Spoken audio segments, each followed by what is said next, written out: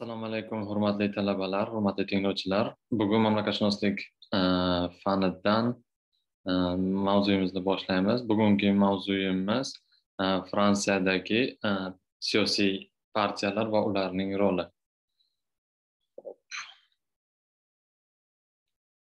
Donc, le thème de la leçon, c'est les partis politiques de la France et leur rôle. Donc, dans notre thème, on va discuter. Euh, dans ce thème, on va discuter à propos, en fait, tout d'abord, on va savoir qu'est-ce que ce sont les partis politiques. Et en France, d'où vient la séparation gauche-droite. Et on va voir quelques idées défendues par la gauche et les idées défendues par la droite. Et bien sûr, à la fin, on va voir quelques principaux partis politiques français. Qu'est-ce que ce sont les partis politiques? En fait, une parti politique est une association organisée qui ressemble des citoyens unis par des idées politiques communes. Les partis politiques ont le statut d'association régie par la loi du 1er juillet 1901 relative au contrat d'association organisée de façon durable et implantée sur l'ensemble du territoire. Ils ont pour objectif d'exercer le pouvoir ou au moins d'y participer. Le pluralisme et la mise en concurrence de différentes formations politiques sont une des fondements de la démocratie et de la liberté d'opinion. Cette exigence est inscrite à l'article 4 de la Constitution de la Cinquième République française, pardon, de même que la liberté d'adhérer ou non à une partie. En fait, on va voir en fait d'où vient la séparation gauche et droite. Là, en politique, il existe beaucoup d'idées différentes, mais on sépare généralement les gens en deux grands camps, la droite et la gauche. Mais pourquoi ces mots? Pourquoi pas pile et face ou jaune ou bleu? En fait, il y a une explication. Historiquement, voilà comment la droite et la gauche ont été définies. En fait, la droite, pardon, pensait que la société était plutôt bien faite et qu'elle n'était pas besoin d'être changée. Elle était pour l'ordre, la sécurité, la tradition. Elle a choisi le bleu comme couleur. La gauche pensait que la société n'allait pas bien et qu'il fallait le changer. Elle était pour le progrès, l'égalité et la solidarité, le fait de s'aider l'une à l'autre. Elle a choisi le rouge comme couleur. Après la Révolution française, tous les députés ne sont pas placés à gauche ou à droite du droit. Il y en avait aussi beaucoup qui avaient décidé de ne pas rejoindre de camp. Il était au centre. Il y avait encore également extrême gauche et l'extrême droite, qui est apparu plus tard vers le fin du 19e siècle. L'extrême gauche voulait que tous les citoyens soient égaux, qu'il n'existe plus de riches et plus de pauvres. L'extrême droite est apparue à une époque où il y avait plus de rois, où il y avait plus de rois, pardon. Et elle voulait qu'il y en a un de nouveau, plutôt qu'il y avait une république. Le roi n'était pas choisi par le peuple, alors que dans la République, les citoyens choisissent leurs dirigeants. Toutes les personnes qui appartiennent à un camp politique ne sont pas forcément d'accord sur tout.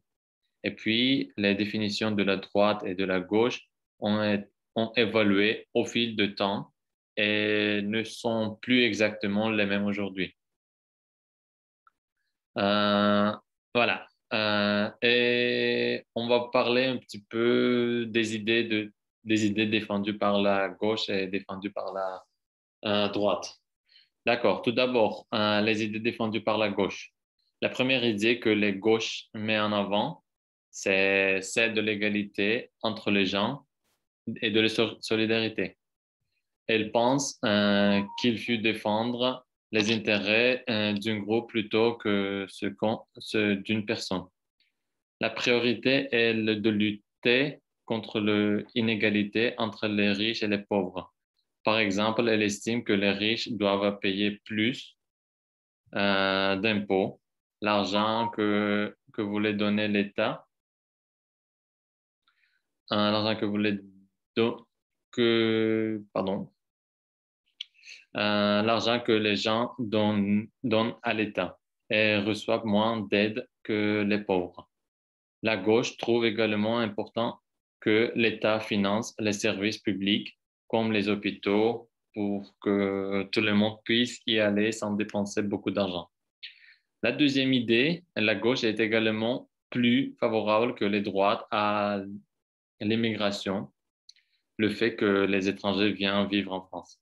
Mais tous les gens de gauche ne veulent pas la même chose. Certains souhaitent que tous les étrangers aient le droit de devenir français et d'autres estiment que ça doit dépendre des situations. Les idées suivantes défendues par la gauche, c'est au sein de la gauche, certaines personnes trouvent que la chose la plus importante est de moins polluer la planète. Ce sont des écologistes. Ils ne sont pas tout d'accord avec ce que proposent les grands partis de gauche. C'est pour ça qu'ils ont décidé d'organiser un primaire de leur côté. Les gens d'extrême gauche veulent complètement changer la société, qu'il n'y ait plus de riches ni de pauvres et que tous les travailleurs aient plus de pouvoir. Voilà, ce sont les idées défendues par la gauche. Et voilà quelques idées défendues par les droites. La première, les gens qui se situent au centre, plutôt les centristes, pensent qu'il y a beaucoup de bonnes idées à gauche et à droite. Pour eux, le plus important, c'est l'économie. Et sur ce sujet, ils ont plus de points communs avec la droite. La droite est avant tout est attaché à l'idée de liberté et notamment la liberté de prendre des initiatives, pardon, comme créer une entreprise. D'ailleurs, elle trouve important d'aider financièrement les entreprises parce que selon elle, c'est le meilleur moyen pour que les gens aient un emploi. La droite pense que l'État ne doit pas trop intervenir dans la vie des gens ni leur donner trop d'aide. Par exemple, elle pense qu'il ne faut pas donner trop d'argent aux gens qui sont au chômage. Sinon, elle ne cherche pas le travail. Pardon. Les gens de droite insistent plus que ceux de gauche sur la société, sur la sécurité aussi, bien sûr. Ils veulent plus de policiers, qu'ils contrôlent davantage les gens ou qu'il y ait plus de caméras de surveillance dans les rues. La droite accorde également plus d'importance aux valeurs traditionnelles, c'est-à-dire anciennes de la famille. Par exemple, beaucoup de responsables politiques de droite sont opposés au mariage entre les personnes de même sexe, qui est désormais autorisé parce qu'ils disent que ça devait être réservé à un homme et une femme. L'extrême droite de son côté, pense que les Français doivent avoir plus de droits que les étrangers qui vivent en France et donc être prioritaires surtout. Par exemple, si un travail se libère, c'est un Français qui doit l'obtenir et pas un étranger. D'accord. L'extrême droite dit qu'à l'origine, les Français étaient blancs et catholiques et qu'il faut que le pays reste comme ça aujourd'hui. Elle n'est d'accord, elle n'est donc pas favorable à ce que des étrangers s'installent en France, notamment quand ils viennent d'Afrique ou quand ils sont musulmans, puisqu'elle estime que leurs cultures ne sont pas celles du pays. Elle veut que la France ne fasse plus partie de l'Europe et qu'on recommence à utiliser l'ancienne monnaie que s'appelait le franc à la place de l'euro. Voilà, ce sont des idées principales de gauche et de la gauche et de la droite, mais quand même, en fait, il y a des partis politiques qui, qui sont, comment dire, qui, consta- qui sont considérés comme les gauches, et certains qui sont considérés comme les droites. Donc, la première, on va parler un petit peu de certains partis politiques qui sont en fait principaux. Par exemple, c'est une logo de les Républicains. Les Républicains, c'est un parti politique créé en 2002. Avant, le parti s'appelait le RPR, Rassemblement pour la République, puis l'UMP, l'Union pour le mouvement populaire. La partie est présidée par Laurent Wauquiez. Il remplace Nicolas Sarkozy, qui ne peut plus être président parce qu'il s'est présenté à la primaire de la droite.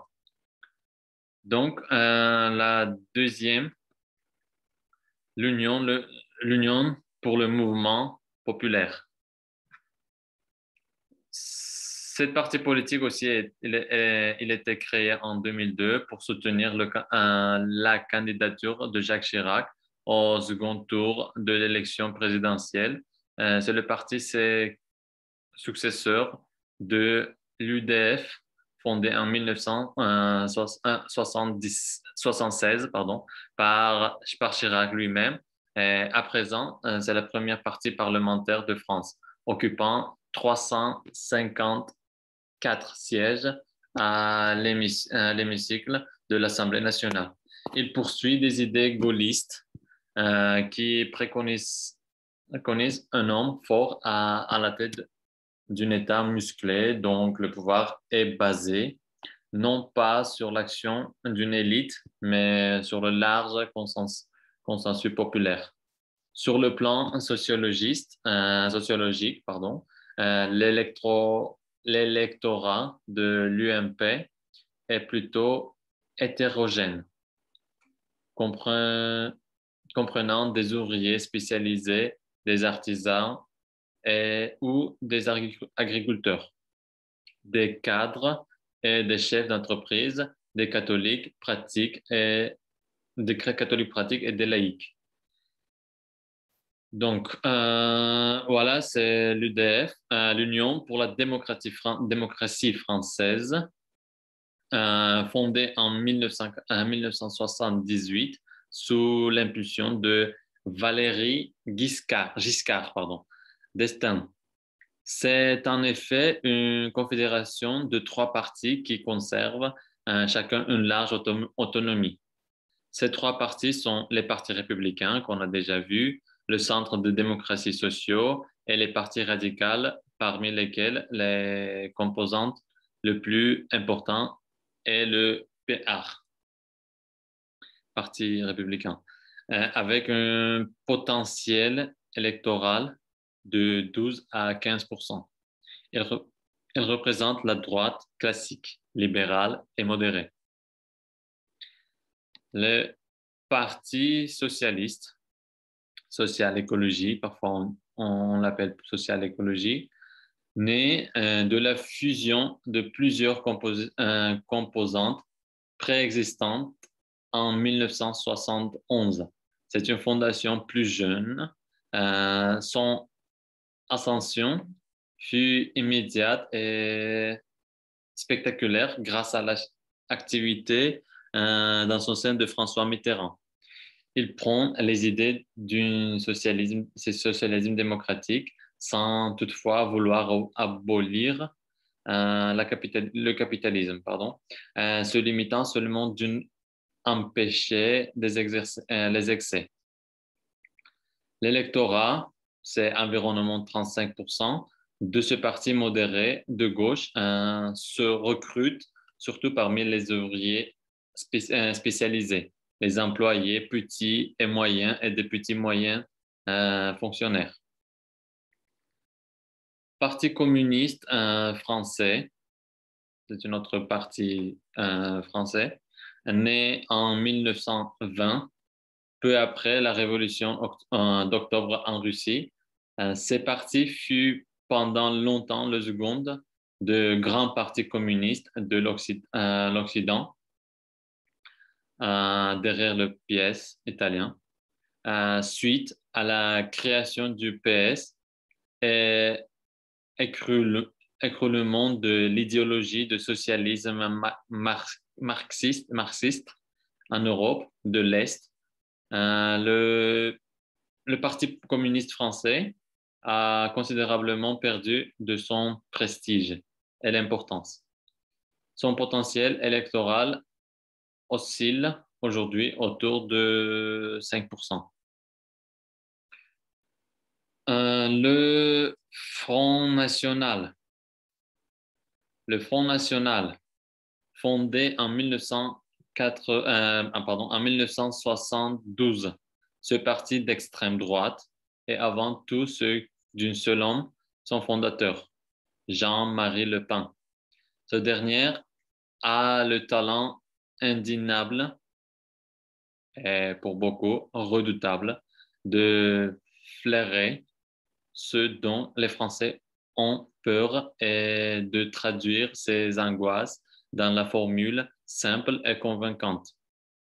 Il exploite avant tout les xénophobies se manifeste en France vis-à-vis des immigrés basanés et noirs vivant sur le territoire français. Il prône en outre l'antisémitisme et la ségrégation totale des malades de sida dans les sidatoires, sa drôlerie, sa liberté d'expression face au tabou ont valu à son parti un score impréciable aux dernières élections. C'était environ 5%. En fait, notre parti suivant, c'est parti de gauche. Parti de gauche, elle est assez jeune, créé en 2009. Il se situe politiquement entre le Parti socialiste et le Parti communiste français. Son journal hebdomadaire, L'Heure du Peuple, est envoyé à tous les adhérents, mais aussi aux simples abonnés. Il est tiré à plus de 15 000 exemplaires par semaine. Le parti est représenté par Jean-Luc Mélenchon. Voilà, c'est lui, il est, comment dire, son chef. En fait, le parti suivant, c'est l'Europe Écologie, les Verts, abrégé en accent aigu, LEV, est un parti politique écologiste français de centre-gauche qui succède au parti Les Verts le 13 novembre 2010. Voilà. Le mouvement démocrate abrégé en MoDem, est un parti politique français du centre créé par François Bayrou, alors président de l'UDF, à la suite de l'élection présidentielle de 2007. Voilà, ce sont quelques partis politiques importants de la vie française. Merci beaucoup pour votre attention. En fait, à la prochaine. Au revoir.